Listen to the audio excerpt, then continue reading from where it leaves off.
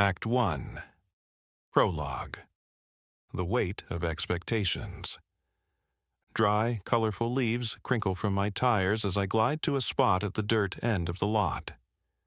It's different every day, this last view. I scan the small pond and think maybe today I'll walk along at lunch. But you never take lunch, do you, Miles? I say to myself. The tall, gray-blonde reeds lean to the side in the slight cooling breeze. I watch the middle of the cattails, and they are different. Something is in there. Something is pushing the reeds against the wind and shaking them. My cheeks rise with joy. A black and white checked loon pushes its way out from the tall reeds out to the deeper water. On the far side of the lake, a few other dark shapes can be seen waiting.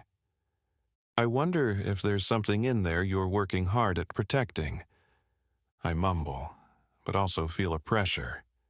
I need to go. I'll be working up on the 4th floor, sorting in a dark room through data, piling up solutions that I hope will help others. There was a day when I, as a young boy, was paddling my canoe across a quiet lake, hopeful, watching the woods for darker shapes, moose, bears, or wolves. My dad was fine with me paddling alone as long as he could see me, even as a small dot on the far shoreline. A smooth backward pull of the fly rod and a stop, waiting for the feel of the line to extend behind me. Almost touching the lake, it pulls a slight bend to the rod. Then, with a forward flick, I feel myself unwinding along the long green line till the small gray dot at the end of the invisible leader lies gently across the water, like it was a part of some wind disturbing and writing a message on the lake's surface. Suddenly, ahead on the lake, a head pops above the surface. A lone loon.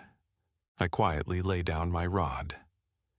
She calls, a haunting cry of a dying woman, a cry for love, for family. It shakes my soul, then it's gone. I pull hard towards the ring of ripples, smooth, strong, and quiet. Closing in, I glide silent and patiently. The loon resurfaces.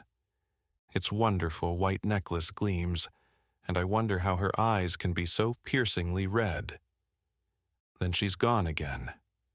That entire day is etched right there in my young mind.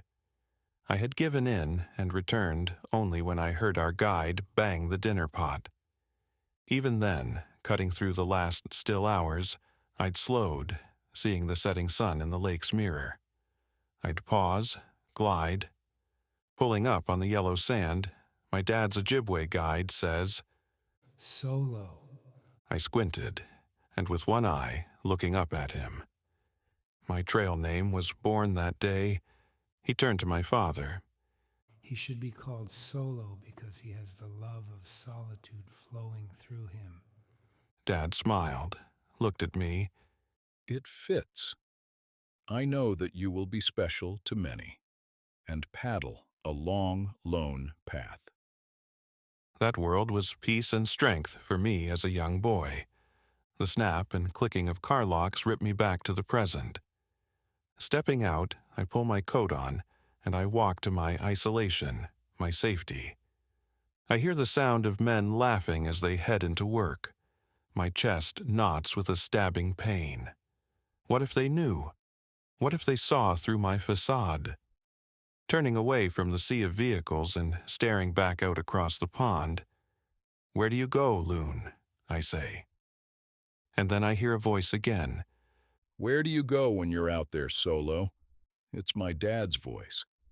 I turn toward work, a last sigh, a breath that fills me with the warm scent of fall pine needles, but my fear of rejection overwhelms the old joy.